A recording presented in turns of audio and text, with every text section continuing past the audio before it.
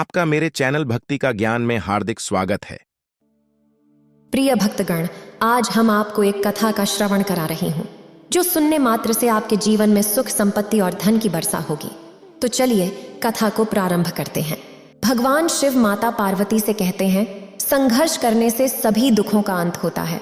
फिर माता पार्वती कहती हैं, हे प्राणनाथ, कौन सा संघर्ष करने से सभी दुखों का अंत होता है? फिर भगवान शिव कहते हैं, हे देवी, आज मैं आपको एक कहानी के माध्यम से बताऊंगा कि संघर्ष करने से सभी दुखों का अंत कैसे होता है। इसलिए हे देवी, आज इस कहानी को ध्यान से सुनें और देखें। अगर आप यह कहानी सुन रहे हैं तो पूरा सुनिए। इस कथा को आधा अधूरा छोड़कर जाने की गलती मत करिएगा, क्योंकि इस पवित्र कथा को पूरा सुनने से मनचाहा फल की प्राप्ति होगी। इसलिए इस कथा को पूरा सुनें। आप शिव भक्त हैं तो भोलेनाथ का अनादर ना करें। तो चलिए कहानी प्रारंभ करते हैं। रामू एक लकड़हारा था जो जंगल से लकड़ी काटकर अपना गुजारा करता था। उसके परिवार में उसकी पत्नी दुखिया और 2 बच्चे थे। बिंदिया और भोलू हमेशा दरवाजे पर उसका इंतजार करते थे। पापा आ गए, पापा आ गए, माँ देखो पापा आ गए। फिर दुखिया रामू की मदद करती थी लकड़ियों को नीचे उतारने में। अरे बाप रे, आज तो ये बहुत वजन है। हाँ, कल ही मिस्त्री ने कहा था कि उसे मोटी और भारी लकड़ियां चाहिए। कुछ तबले बनाने के लिए बोल रहा था। अगर मोटी लकड़ी दे दूं तो वो मुझे RZ100 देगा। 1100? हाँ, इसीलिए तो सुबह से इस लकड़ी को काट रहा था। तू मेरे लिए चाय बना, वो आता ही होगा। हाँ हाँ, आप हाथ मुंह धो लीजिए। तब तक दुखिया ने चूल्हे पर चाय चढ़ा दी। तभी उनके दरवाजे पर खटखट हुई। पापा, मिस्त्री चाचा आए हैं।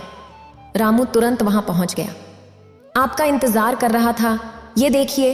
अरे वाह, ये तो बिल्कुल सही लग रही है, बहुत मोटी है। मिस्त्री उस लकड़ी को उठाने की कोशिश करने लगा, पर वो उठा ही नहीं पा रहा था। अरे भाई, तुम इतना वजन अकेले कैसे उठा कर लाए? अब तो आदत हो गई है, मुझसे तो अकेले नहीं उठेगा, तुम्हें मेरे साथ चलना होगा। इसे छोड़ने। हाँ, मिस्त्री ने रामू को RZ100 दिए और तभी दुखिया 2 कप चाय लेकर आई। मिस्त्री और रामू एक साथ चाय पीने लगे। मेरे पास शहर का एक बहुत बड़ा कॉन्ट्रैक्ट आया है। उन्हें शुद्ध कारीगरी वाला फर्नीचर चाहिए। पैसे भी अच्छे दे रहे हैं। मुझे ऐसी मोटी लकड़ी और लगेंगी। ठीक है भाई, मैं ला दूंगा। बहुत अच्छे, फिर सीधा मेरे कारखाने में ही छोड़ देना। वैसे भी ये बहुत भारी है। हाँ भाई, क्यों नहीं। चाय पीने के बाद रामू वो बड़ी सी लकड़ी उठाकर मिस्त्री के साथ चल पड़ा। मिस्त्री के कारखाने में उसने वो लकड़ी रख दी और मिस्त्री को प्रणाम करके वापस अपने घर लौट आया। घर लौटते ही उसकी पत्नी ने खुशी खुशी कहा, ये तो बहुत अच्छा हुआ ना। हाँ, ये सब महादेव की कृपा है। रामू ने वो पैसे दुखिया को दे दिए। इससे बच्चों की स्कूल फीस भर देना। इन दोनों की फीस 800 है। बचे हुए पैसों से घर का थोड़ा राशन भी ले आऊंगी। ठीक है। अगले ही दिन दुखिया ने स्कूल की फीस भर दी और थोड़ा सामान भी खरीद लिया। हे महादेव, अपनी कृपा हम पर ऐसे ही बनाए रखना। अगर सब कुछ ऐसे ही चलता रहा तो सब ठीक हो जाएगा। हमें कभी भी पैसों की कमी नहीं होगी। माँ, हम लोग अमीर बन जाएंगे ना। तुम लोग बस अपनी पढ़ाई पर ध्यान दो। पैसों की चिंता मत करो, महादेव जी हैं, वो सब देख लेंगे। यहाँ जंगल में रामू भी बहुत खुशी खुशी मोटा पेड़ काट रहा था। इस बड़े से पेड़ के 3 बड़े टुकड़े काटूंगा, कम से कम 300 तो मिल ही जाएंगे। पैसों की सोच सोच कर रामू खुश था। उसने एक बड़ा टुकड़ा काट लिया और फिर उसे अपने कंधे पर लाद कर गांव की ओर चल पड़ा। रामू ने मिस्त्री के कारखाने में वो बड़ा टुकड़ा रख दिया और मिस्त्री ने उसे RZ100 दे दिए। पैसे पाकर रामू बहुत खुश था। कुछ दिनों तक यह सिलसिला चलता रहा। रामू बड़े बड़े पेड़ काटकर मिस्त्री को बेचा करता था। फिर एक दिन रामू एक बहुत ही बड़ा पेड़ काटने लगा। पेड़ कटने ही वाला था, पर इस बार उससे एक गलती हो गई। वह पेड़ सीधा उस पर ही गिरा। रामू की चीख सुनकर दूसरे लकड़हारे दौड़कर उसके पास आए। उन्होंने वह पेड़ हटाया और रामू को तुरंत अस्पताल ले गए। यहाँ डॉक्टर ने रामू का इलाज शुरू किया। दुखिया और उसके बच्चे भी अस्पताल आ गए। पापा, ठीक है। माँ, सब ठीक हो जाएगा ना? हाँ हाँ, महादेव पर भरोसा रखो। डॉक्टरों ने काफी समय तक रामू का इलाज किया। फिर वे दुखिया के पास आए और बोले, पेड़ के गिरने से इनकी 2 पसलियां टूट गई हैं।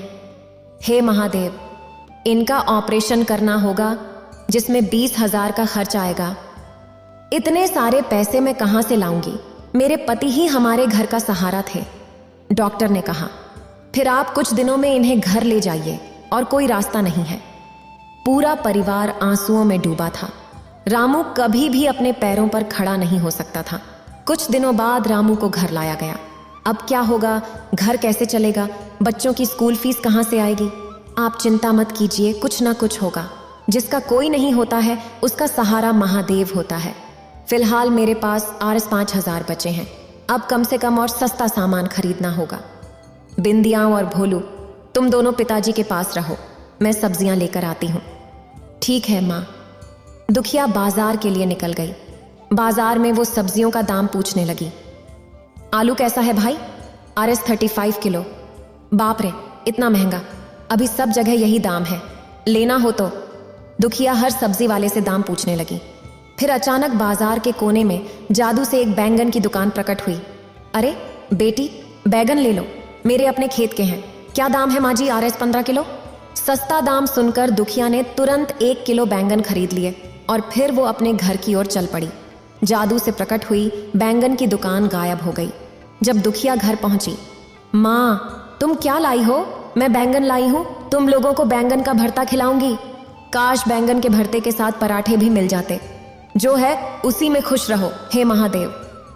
दुखिया भोलू को डांटने ही वाली थी कि तभी उनके सामने बैंगन का भरता और पराठे आ गए। ये कहां से आ गए माँ? अब तक तो ये यहां नहीं थे, पर कैसे रुको? माँ, काश मेरे पास ढेर सारे खिलौने होते।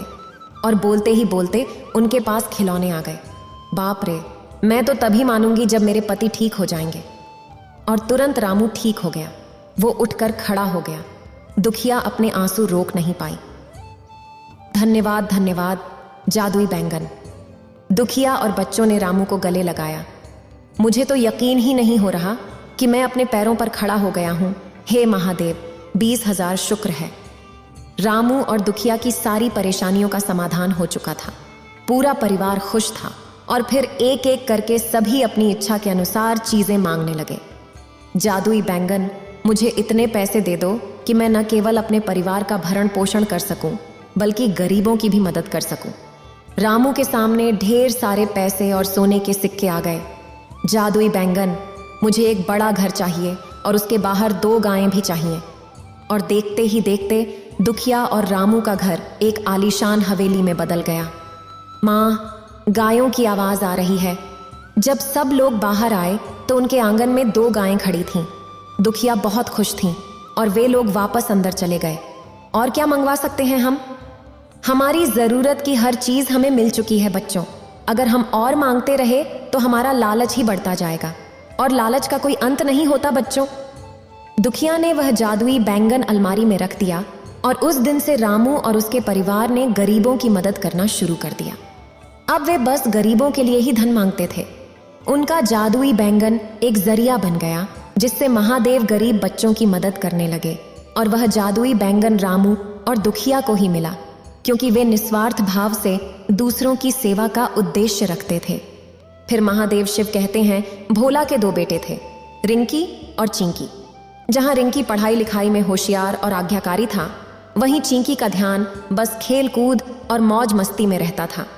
एक दिन चिंकी स्कूल से लौटकर अपने पिताजी से बोला, पापा, एक खुशखबरी है, मैं फेल हो गया हूं। क्या? तुम फेल हो गए तो ये खुशखबरी कैसे हुई? पिताजी ने पूछा।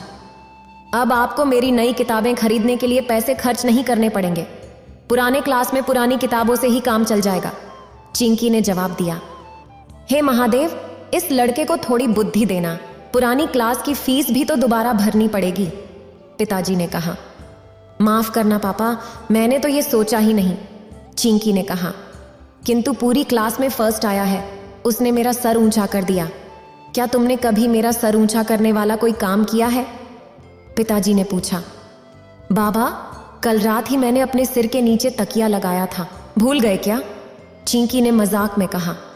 एक दिन रिंकी और चिंकी की माँ ने उनके पापा से कहा, हर बच्चे का स्वभाव अलग अलग होता है। रिंकी का पढ़ाई लिखाई में मन लगता है, इसीलिए उसे आगे बढ़ना चाहिए। लेकिन चिंकी की किताबों में कोई रुचि नहीं है।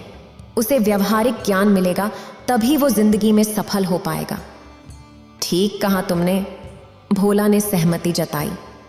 फिर भोला ने चिंकी को बुलाकर कहा, चिंकी, मैं तुम्हें आर्ज 2000 दे रहा हूं। इनके अलावा मैं तुम्हें पूरे साल कोई रुपए नहीं दूंगा। इस साल इन आर्ज 2000 को इन्वेस्ट करके ही तुम्हें और पैसे कमाने हैं और पूरे साल का खर्च निकालना है। चिंकी आर्ज 2000 पाकर बहुत खुश हुआ, लेकिन उसे समझ नहीं आ रहा था कि सिर्फ आर्ज 2000 से उसका पूरे साल का खर्चा कैसे चलेगा। चिंकी गांव में घूमने निकल गया। उसने एक किसान को खेत में काम करते देखा। उसने सोचा, हमारा भी तो एक खेत है जिसे पिताजी किसी काम में नहीं लेते। क्यों ना मैं उस खेत में कुछ उगाऊं और फिर बाजार में बेचूं। चिंकी बीज खरीदने बाजार गया। दुर्भाग्य से वह कर्ण नाम के एक चालाक और बेईमान दुकानदार के पास पहुंच गया। दुकानदार ने चिंकी को नादान समझकर उसे बैंगन के बेकार बीज दे दिए। चिंकी ने जब बैंगन की फसल उगाई तो अंदर से सारे बैंगन सड़े हुए निकले। उसने सोचा, लगता है मेरी सारी मेहनत बेकार चली गई। इन सड़े हुए बैंगनों को तो कोई भी नहीं खरीदेगा।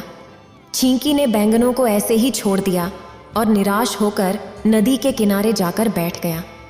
चिंकी ने देखा कि गांव के कई लोग नदी पार करके दूसरे गांव जा रहे हैं और उन्हें नदी पार करने के लिए बहुत इंतजार करना पड़ रहा है, क्योंकि नदी में एक ही नाव है। चिंकी ने बचे हुए पैसों से एक नाव खरीद ली और लोगों को नदी पार कराने लगा।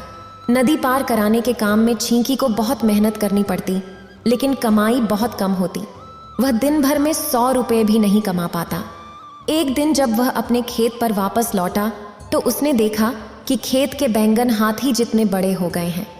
सड़े हुए लेकिन बड़े बैंगन का मैं क्या कर सकता हूँ? क्यों ना मैं इन बड़े बैंगनों से नाव बनाऊं, हो सकता है लोग बैंगन की नाव में घूमना पसंद करें। चिंकी ने एक बड़ी आरी का इंतजाम किया और बैंगन को बीच में से काटा। फिर उसने बैंगन के सड़े हुए बीज निकालकर फेंक दिए और उसमें बैठने की जगह बना दी। जब उसने बैंगन की नाव नदी में उतारी तो वह लोगों के आकर्षण का केंद्र बन गई। चिंकी ने हर एक आदमी से बैंगन की नाव की सवारी के 200 रुपये वसूले। इस तरह वह एक दिन में हजारों रुपए कमाने लगा। जब एक बैंगन पानी में गलकर बेकार हो जाता तो चिंकी खेत से दूसरा बैंगन ले आता और उसकी नाव बना लेता। सिर्फ नाव ही क्यों, बैंगन में अगर मैं झोपड़ी भी बना लूं तो इस नाव में ही रहने का इंतजाम भी हो जाएगा। इस बार चिंकी ने बैंगन को बीज से आधा ना काटकर पूरे बैंगन की इस तरह से कटिंग की कि बैंगन में नाव के साथ झोपड़ी भी निकल आई। दूर दूर से लोग बैंगन के बोट हाउस का लुत्फ उठाने आने लगे। चिंकी ने अपने खेत के सभी बैंगनों के बोट हाउस बनाकर नदी में उतार दिए। चिंकी की कमाई लाखों में पहुंचने लगी। वाह चिंकी, तुमने साबित कर दिया कि भले ही तुम्हारा किताबों में मन नहीं लगता, लेकिन तुम एक काबिल इंसान हो। उधर वह दुकानदार जिसने चिंकी को बेकार बीज दिए थे, चिंकी की कमाई देखकर क्रोध से भर गया। दुकानदार कर्ण एक दिन नकली सरकारी अधिकारी बनकर ब्लॉक के जल विभाग कार्यालय में घुस गया और उसने नदी पर बने डैम का पानी छोड़ दिया। नदी में बाढ़ जैसी आ गई और चिंकी के सभी बोट हाउस बह गए। कर्ण जाकर चिंकी से बोला, क्यों छोटे, कैसी रही बाढ़ देखकर मजा आया? तो तुमने ही डैम का पानी छोड़ा था? चिंकी ने पूछा। हाँ, मैंने ही छोड़ा था और मैंने ही बच्चा समझकर वो सड़े हुए सारे बीज भी तुम्हें दे दिए थे। तुमने उन बीजों से बहुत पैसे कमा लिए, अब तुम उनसे कमाई नहीं कर पाओगे। तुमने मुझे बच्चा समझकर गलती कर दी। मैंने एक बड़े बैंगन के बीज बचाकर रखे थे, इसीलिए मैं बैंगन दोबारा उगा सकता हूँ और मैंने तुम्हारी आवाज इस मोबाइल में रिकॉर्ड कर ली है। तुमने अभी कबूल किया कि डैम का पानी तुमने ही छोड़ा था। चिंकी ने पुलिस स्टेशन जाकर उसकी शिकायत कर दी। गैर आधिकारिक तरीके से पानी छोड़ने के जुर्म में कर्ण को जेल हो गई। चिंकी ने अपने पास रखे बीजों से दोबारा बड़े बैंगन उगाए और उसका बोट हाउस का काम फिर से शुरू हो गया। फिर महादेव शिव कहते हैं उसी जगह किशनगंज नाम का एक गांव था जहां बिरजू अपने परिवार के साथ रहता था। बिरजू तरबूज की खेती करता था। उसकी 2 बेटियां थीं, सीता और गीता। पिताजी, गीता ने बिना कुल्ला किए ही चावल खा लिए। पिताजी, इसने मेरा टूथब्रश अपने सड़े हुए मुंह में डालकर खराब कर दिया। इसलिए मैंने आज दांत नहीं मांजे। मुझे नया ब्रश ला कर दो। गीता बेटी, तुम अपना ब्रश अच्छे से धोकर साफ कर लो। सीता, तुम्हारी बहन ही तो है, अगर उसने तुम्हारा ब्रश इस्तेमाल कर लिया तो कौन सी आफत आ गई। इस बार तरबूज की खेती बहुत हल्की हुई है, इसलिए बहुत सोच समझकर खर्च करना होगा। कल मैं तरबूज बेचने मंडी जाऊंगा, देखते हैं इस बार कितने पैसे मिलते हैं। गांव से दूर शहर में मंडी का ठेकेदार मोतीलाल एक चालाक और कंजूस इंसान था जो किसानों का शोषण करता था। इस साल मुझे बेटे की शादी करनी है, 12-15 लाख से कम खर्चा नहीं होगा। मुझे हर हालत में इस सीजन में मोटा प्रॉफिट कमाना है। किशोरिया, कुछ अपना दिमाग चला और बताओ, मैं कैसे किसानों से कौड़ी के भाव फसल हासिल कर सकता हूँ। मैंने सोचा है कि कुछ कमजोर किसानों के पैसे रोक लिए जाएं। गरीब किसान हमारा कुछ नहीं बिगाड़ पाएंगे। तू क्या कहता है? मालिक, अगर आपने किसानों के पैसे रोके तो वे अगली बार हमारे पास माल बेचने नहीं आएंगे, वे किसी और मंडी में चले जाएंगे। मेरे पास इससे बेहतर उपाय है जिससे सांप भी मर जाए और लाठी भी ना टूटे। मालिक, अगले दिन बिरजू मोतीलाल के पास अपनी तरबूज की फसल लेकर पहुंचा। तुम्हारे खेत का तरबूज बहुत मीठा होता है। वैसे तो तुम्हारे 50,000 बनते हैं, लेकिन मैं तुम्हें 55,000 देता हूं। बिरजू ने पैसे अपने हाथ में रखे और खुश होकर अपने घर लौटने लगा। सीता और गीता के लिए एक एक सूट का कपड़ा खरीद लेता हूं और 2 नए टूथब्रश भी। बिरजू अपने विचारों में मग्न था। अचानक 2 मोटरसाइकिल सवार आए और बिरजू का थैला छीनकर फरार हो गए। चोर, चोर, कोई पकड़ो मेरा थैला, चोर, चोर। दोनों चोर मोतीलाल ने ही भेजे थे। इस तरह चालाकी से मोतीलाल ने बिरजू के तरबूज फ्री में हासिल कर ली। बिरजू रोता हुआ मोतीलाल के पास पहुंचा और उसने मोतीलाल को सारी बात बताई। तुम्हारे पैसे छिन गए तो मैं क्या करूं? मैंने तो तुम्हें पूरी रकम दी थी। सेठ जी, मेरे बच्चे भूखे मर जाएंगे, मेरी कुछ तो मदद कीजिए। 2 तरबूज उठा लो और जाओ यहां से। आज भर के लिए तुम्हारे परिवार का खाने का इंतजाम हो जाएगा। बिरजू बेचारा हाथों में तरबूज लिए रोता हुआ घर लौटने लगा। रास्ते में एक महात्मा आ रहे थे। बेटा, बहुत प्यास लगी है, क्या तुम यह तरबूज मुझे दे सकते हो? बिरजू ने एक तरबूज महात्मा को दे दिया। बिरजू की आंखों में आंसू देखकर महात्मा उसकी परेशानी समझ गए। उन्होंने बिरजू को आशीर्वाद दिया। आज से ठीक 1 वर्ष बाद तुम्हारी सारी परेशानियां दूर हो जाएंगी। बिरजू और उसकी बेटियों के लिए वह साल बहुत कष्टकारी रहा।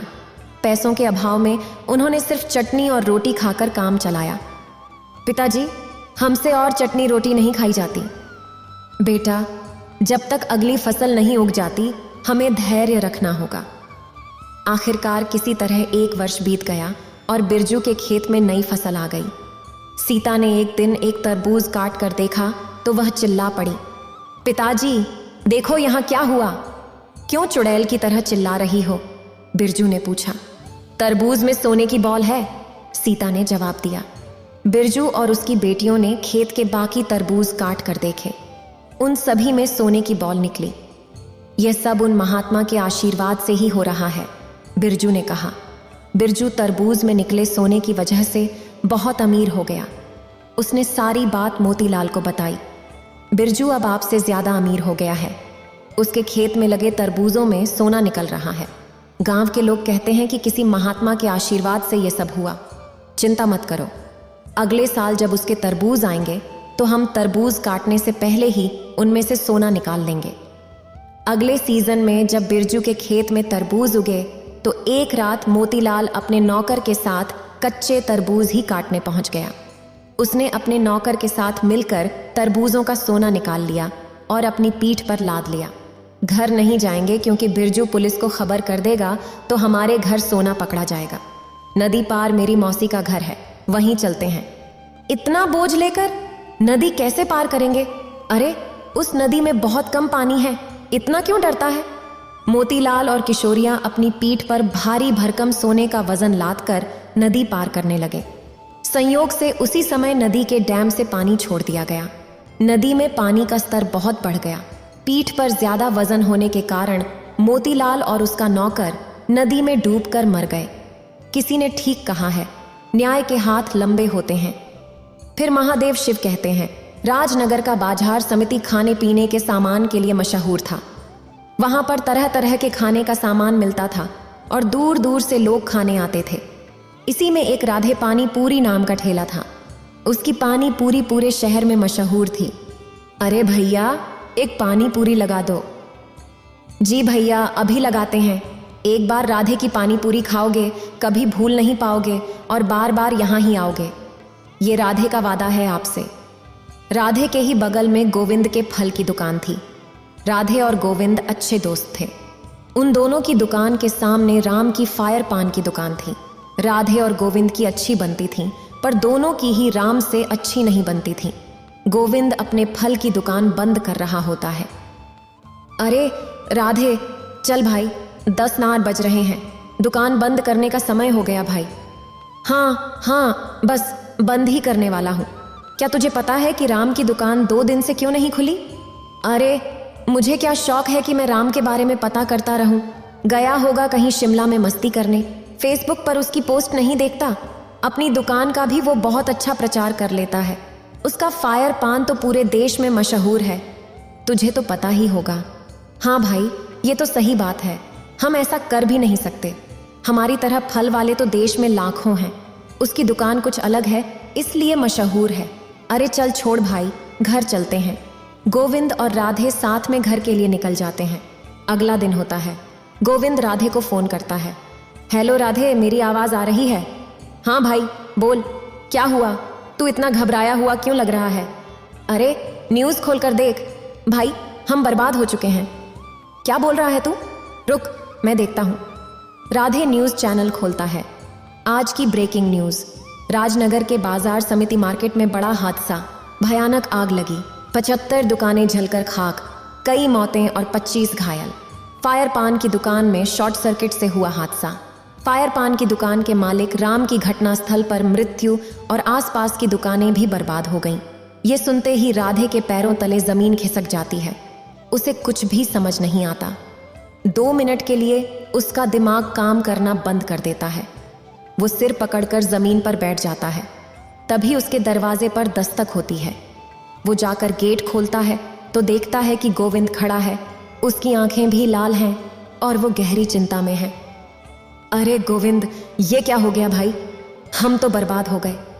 कल ही हम राम के बारे में क्या क्या बोल रहे थे और अब उससे आखिरी बार मिल भी नहीं पाए। राधे और गोविंद एक दूसरे को पकड़कर रोने लगते हैं। फिर कुछ देर बाद दोनों शांत हो जाते हैं। अरे चलो यार, अब रोने से कुछ नहीं होगा।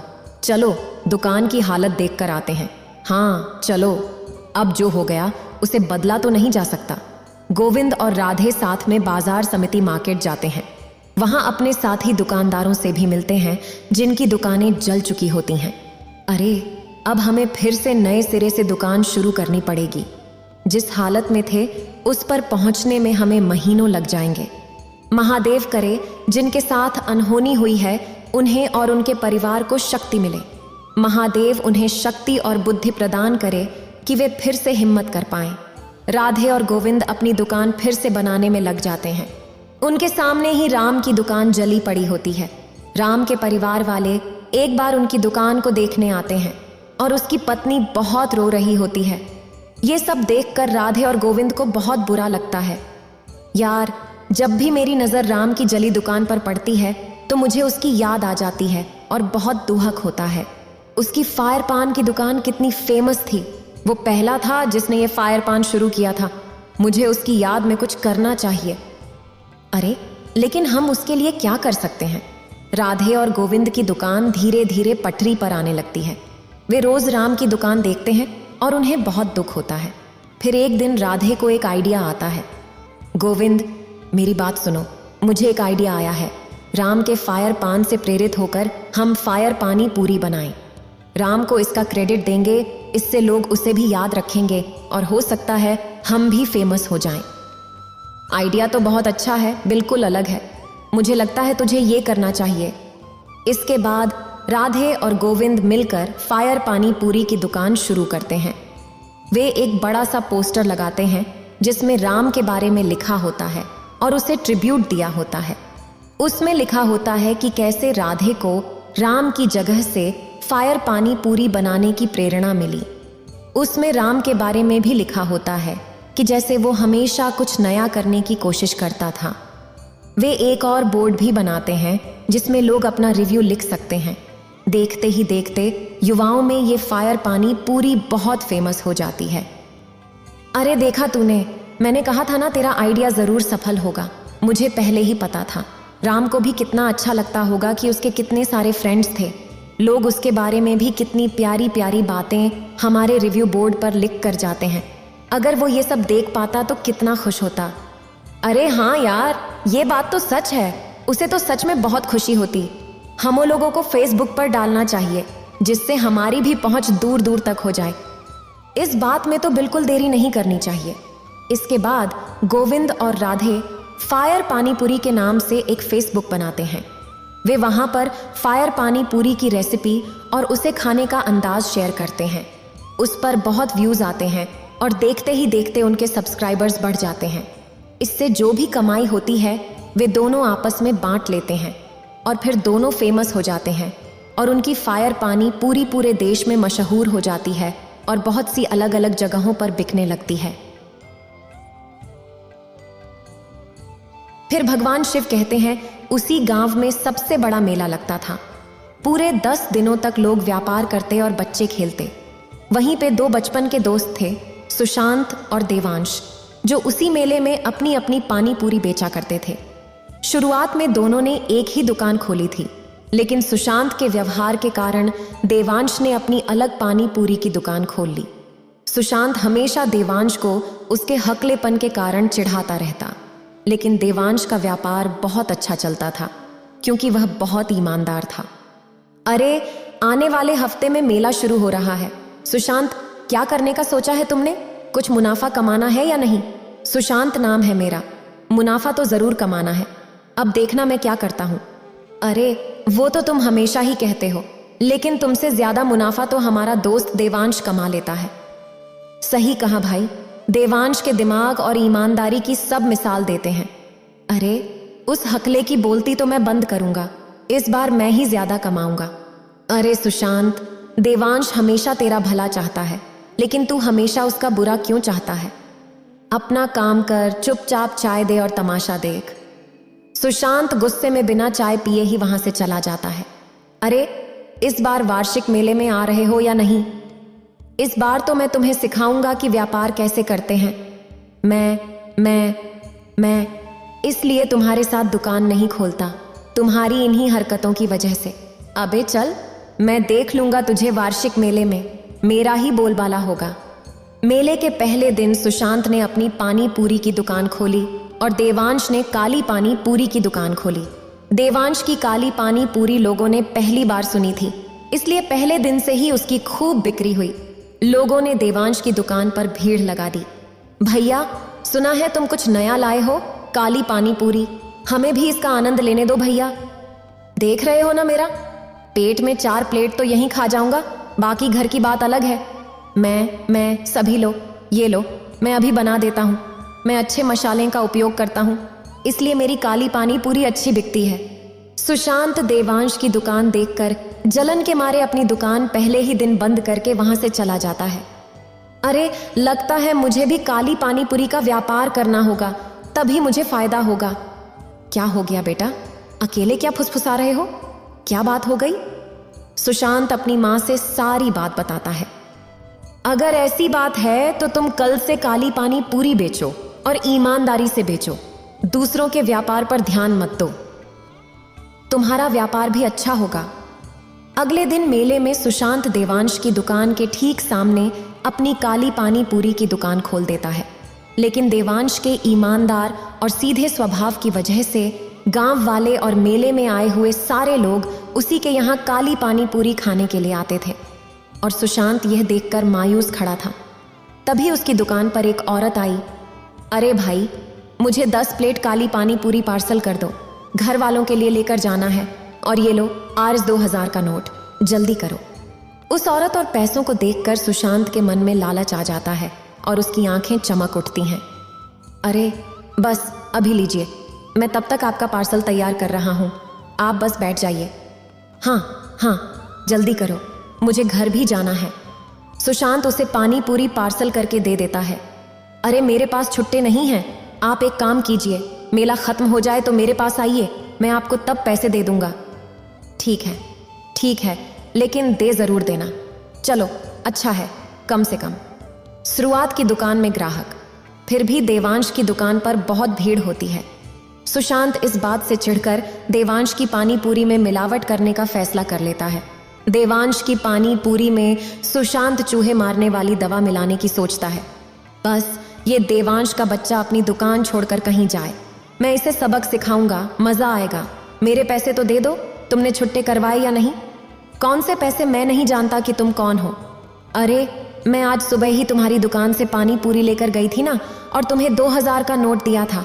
मैं फिर भी नहीं जानता। तुम जाओ और मेरा समय बर्बाद ना करो, जाओ। सुशांत की नज़र देवांश की दुकान पर पड़ती है। वो अपनी दुकान खुली रखकर कहीं जा रहा होता है। भाई साहब, मेरी दुकान का ध्यान रखिएगा, मैं वॉशरूम जा रहा हूँ। कोई दिक्कत नहीं है, मैं देख लूँगा। आप फ्रेश होकर आइए, बिल्कुल बिंदास जाइए। देवांश के दुकान से जाते ही सुशांत मौका देखकर देवांश की दुकान की पानी पूरी में चूहे मारने वाली दवा मिला रहा होता है।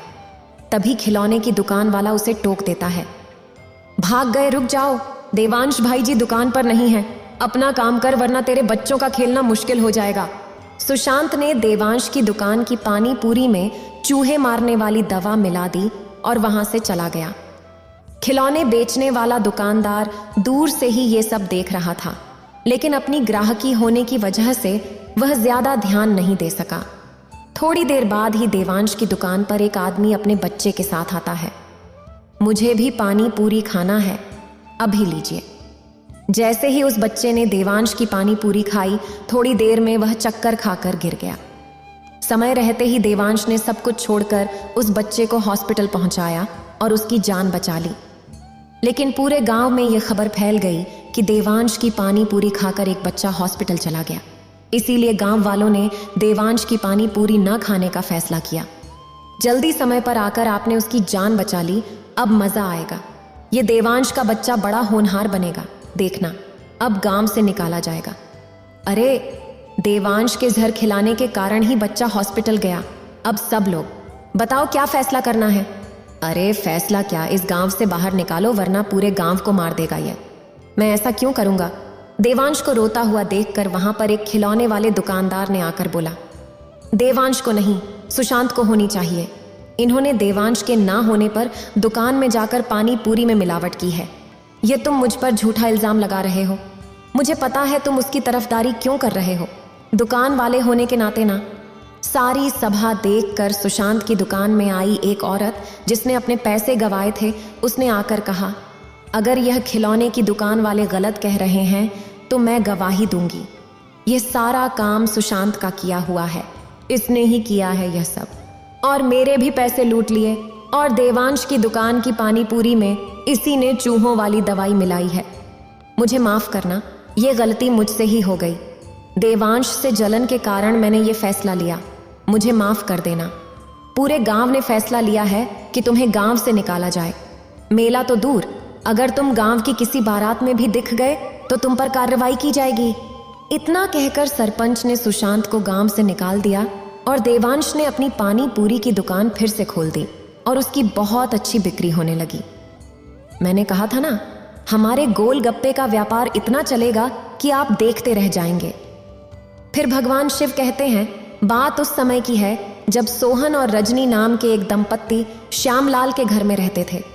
सोहन फैक्ट्री में काम करता था और रजनी उसे सुबह सुबह लंच पैक करके देती थी। सोहन बहुत मेहनती था। अरे यार, इतनी मेहनत क्यों कर रहा है? तू तो इस कंपनी को अपना ही मानने लगा है। भाभी ने इतना अच्छा खाना बनाकर रखा है और तू है कि उसे रखे हुए है। जल्दी से लंच खोल, मुझे भूख लगी है। जल्दी बता, आज क्या लेकर आया है? अबे मुझसे ज्यादा जल्दी तो तुझे रहती है खाना खाने की। अभी तो लंच हुआ है, रुक तो जा। अरे भाई, लंच करना है तो जल्दी से कर ले और मेरे लिए जल्दी से टिफिन खोल दे। मुझे तो भाभी के हाथ का ही खाना खाना है। अरे अच्छा बाबा, अभी देता हूँ, रुक जा, हाथ मुंह तो धो लूं। सोहन और आकाश हाथ मुंह धोकर खाना खाना शुरू कर देते हैं और आपस में मिल बांट कर खाते हैं। उसके बाद दोनों काम पर लग जाते हैं। शाम को जब छुट्टी होती है तो आकाश सोहन से कहता है, अरे यार सोहन, आज का दिन कैसा रहा तेरा? अबे कुछ नहीं यार, हमेशा की तरह कुछ खास नहीं था। अरे खास तो तुझे अब मैं बताता हूँ। क्या बात है, तू इतना परेशान सा क्यों लग रहा है? अरे यार, जब लंच टाइम के बाद मैं बॉस के केबिन की तरफ गया तो मैंने सुना कि... अबे क्या सुन लिया तूने? जरूर बॉस कुछ बुराई कर रहा होगा तेरी, इसीलिए परेशान हो रहा है तू। अरे वो सब तो चलता रहता है, पर मैंने बॉस को कहते हुए सुना था कि कंपनी घाटे में जा रही है, इसलिए जितने भी फैक्ट्री में वर्कर्स हैं उन सबको निकाल देंगे और ये सिलसिला कल से ही शुरू हो जाएगा। अबे क्या बात कर रहा है? अरे ऐसा हुआ तो हम सब कहाँ जाएंगे? ऐसा नहीं हो सकता यार, हमारी रोजी रोटी तो इसी फैक्ट्री से चलती है, इसके अलावा हमें कोई काम भी नहीं आता। जब से काम करना सीखा है तो इसी फैक्ट्री में काम किया है। हाँ यार, यही चिंता तो मुझे खाए जा रही है, अब करें तो क्या करें। आकाश और सोहन इसी चिंता में जा रहे थे। सोहन ने आकाश को अपने घर पर थोड़ी देर रुकने के लिए कहा। तभी वहां पर आकाश की बीवी रीता भी आ गई। अरे रीता, तुम यहाँ क्या कर रही हो? तुम आ सकते हो क्या? मैं नहीं आ सकती। रजनी भाभी ने बुलाया था, कह रही थी गोलगप्पे बना रही हूँ, खाने आ जाना। अच्छा हुआ कि तुम भी आ गए, अभी तुम दोनों के लिए भी गोलगप्पे लेकर आते हैं। रीता और रजनी आकाश और सोहन के लिए गोलगप्पे लेकर आती हैं। रजनी बहुत ही लाजवाब गोलगप्पे बनाती थी। उसके गोलगप्पे आकाश और सोहन दोनों को बहुत पसंद थे। सोहन तो अक्सर उससे गोलगप्पे बनवाता ही रहता था। अरे भाभी, खाना तो अच्छा बनाती ही हो और गोलगप्पे तो उससे भी ज्यादा अच्छे बनाती हो। इन गोलगप्पों में तो सच में एक जादू है, जितने खाओ कम ही लगते हैं। अरे सच कह रहा है, ये सच में तुम्हारे हाथ में तो जादू है। तुम जो गोलगप्पे बनाती हो वो साइज में इतने बड़े होते हैं कि एक बार में ही मजा आ जाता है। तुम्हारे हाथ के गोलगप्पे खाकर तो हम अपनी सारी परेशानियां ही भूल जाते हैं। परेशानी? कैसी परेशानी? कौन सी परेशानियों की बात कर रहे हो तुम? सब ठीक तो है ना? अरे सोहन, क्यों भाभी को परेशान कर रहा है? चुप हो जा यार। नहीं, मैं भी जानती हूं कि आप दोनों को क्या परेशानी है। आज आप दोनों वैसे भी चुप चुप लग रहे हो जब से फैक्ट्री से आए हो। आकाश और सोहन ना चाह कर भी अपनी अपनी बीवियों को परेशानी बताने के लिए मजबूर हो जाते हैं और वो अपनी बीवियों को सारी बात बता देते हैं, जिसकी वजह से दोनों की बीवियां भी परेशान हो जाती हैं। फिर कुछ दिन बाद सच में वो फैक्ट्री बंद हो जाती है। अब हम क्या करेंगे? आपका तो काम भी छूट गया, धीरे धीरे राशन भी खत्म हो रहा है। हाँ, मैं काम की तलाश तो कर रहा हूं, पर क्या करूं, कोई काम ही नहीं मिल रहा। अगर कोई काम नहीं मिला तो घर कैसे चलेगा? रजनी, बहुत भूख लगी है, कुछ खाने को हो तो दे दो। कुछ भी नहीं है, खाने को बस 4 गोलगप्पे रखे हैं और थोड़ा सा पानी रखा है। अच्छा चलो तो उन्हीं को ले आओ। 2 तुम खा लेना, 2 मैं खा लूंगा। अब कल की कल सोचेंगे। सोहन और रजनी दोनों बैठकर गोलगप्पे खाते हैं और कल के बारे में सोच रहे होते हैं। तभी रजनी खड़ी हो जाती है। क्या हुआ? तुम गोलगप्पे खाते खाते खड़ी क्यों हो गई? अगर आपको सही लगे तो मेरे मन में एक विचार आया है। कैसा विचार? लोगों को ऐसा लगता है ना कि मैं गोलगप्पे अच्छे बनाती हूँ, तो क्यों ना मैं गोलगप्पे बनाकर बाजार में बेचना शुरू कर दूं। वैसे विचार तो तेरा बहुत अच्छा है। गोलगप्पे तो ऐसे ही हैं कि हर कोई खाना पसंद करता है, पर उसके लिए पैसे कहाँ से आएंगे? आप फिक्र क्यों करते हो? आपने जो मेरे कानों की बालियां बनवाई थीं, वो किस दिन काम आएंगी? नहीं नहीं, तुम्हारे गहने मैं नहीं बेच सकता। गहने बुरे वक्त में ही काम आते हैं। जब खाने के लिए खाना नहीं बचा है तो इन बालियों का मैं क्या करूंगी? रजनी और सोहन बालियां बेचकर गोलगप्पे बनाने का सामान ले आते हैं और रजनी अपने हाथों से ये गोलगप्पे बनाकर तैयार करती है। सोहन और रजनी उन गोलगप्पों को बाजार में बेचने के लिए चल पड़ते हैं। तीखे मीठे गोलगप्पे, गोलगप्पे, गोलगप्पे, तीखे मीठे गोलगप्पे। एक बार खाओगे बार बार आओगे, एक बार खाओगे बार बार आओगे गोलगप्पे, खाओगे गोलगप्पे। बाजार में गोलगप्पे वालों की भीड़ होने की वजह से कोई भी उनके पास गोलगप्पे खाने नहीं आता, जिसकी वजह से 3 दिन तक उनके गोलगप्पे नहीं बिकते। अरे यहाँ बाजार में हर तीसरी दुकान गोलगप्पे की है। हमारे गोलगप्पे तो बिक ही नहीं रहे। अगर इसी तरह से चलता रहा तो ये व्यापार भी मानो हाथ से चला जाएगा। मैंने इतने प्यार से गोलगप्पे बनाए और कोई खाने ही नहीं आ रहा है। ये तो बहुत गलत हो रहा है। अब हमारे घर का खर्चा कैसे चलेगा? सोहन और रजनी वहीं पर उदास होकर बैठ जाते हैं। तभी उनकी नजर दुकान के बाहर एक बोर्ड पर पड़ती है। सुनिए जी, देखिए इस बोर्ड पर क्या लिखा हुआ है। क्या लिखा है? दुकानदार की स्कीम लिखी हुई है। अगर हम भी अपनी गोलगप्पे की दुकान पर कोई स्कीम चालू करें तो हो सकता है कि हमारे गोलगप्पे भी बिकने लगे। जब तक ग्राहकों को हमारे गोलगप्पे का स्वाद नहीं पता चलेगा तब तक वे हमारे ग्राहक कैसे बनेंगे? मैं कुछ समझा नहीं। रजनी सोहन को सारी बात बताती है और सोहन कहीं से थोड़ा सा सामान लाकर रजनी को देता है। रजनी एक गोलगप्पे को बाहुबली गोलगप्पे का आकार देती है। अरे, तुमने सच में एक बाहुबली गोलगप्पा बना दिया। अब तो हर कोई इस गोलगप्पे को खाने की लालसा में हमारे पास जरूर आएगा। इस बाहुबली गोलगप्पे के साथ मैंने एक शर्त भी रखी है कि जो इस बाहुबली गोलगप्पे को खाएगा उसे RS100 इनाम दिया जाएगा। सोहन जोर से अपनी स्कीम को बाजार में सबको सुनाता है, जिसकी वजह से उसके बाहुबली गोलगप्पे को देखने के लिए भीड़ इकट्ठा हो जाती है। हाँ भैया, तो सुनो, जो इस बाहुबली गोलगप्पे को खाएगा उसे RS100 इनाम मिलेगा। इस प्रतियोगिता में जो भी भाग लेना चाहता है वो इस तरफ आ जाए। जो भी इस बाहुबली गोलगप्पे को खाएगा वो बाहुबली कहलाएगा, ठीक है? सोहन के ऐसा कहने पर भीड़ जमा हो जाती है और दो प्रतियोगी गोलगप्पा खाने की होड़ में लग जाते हैं, लेकिन वे हार जाते हैं। उनकी देखा देखी और लोग भी उस बाहुबली गोलगप्पे को खाने के लिए जुट जाते हैं। अरे भैया, तुम्हारे यहाँ के गोलगप्पे वाकई बहुत स्वादिष्ट हैं। हालांकि हम प्रतियोगिता में नहीं जीत पाए, फिर भी बहुत मज़ा आया। बाहुबली गोलगप्पा खाने में सच में मज़ा आ गया। सिंपल गोलगप्पे खा खा के हम तो बोर हो गए थे। अब ये बाहुबली गोलगप्पा बाजार में आया है, इसको देखते ही मुंह में पानी आ रहा है।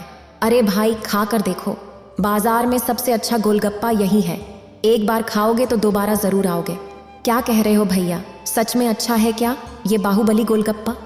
अरे, अगर मेरी बात पर विश्वास नहीं हो रहा तो खाकर देखो, जीत गए तो 100 रुपए भी पाओगे।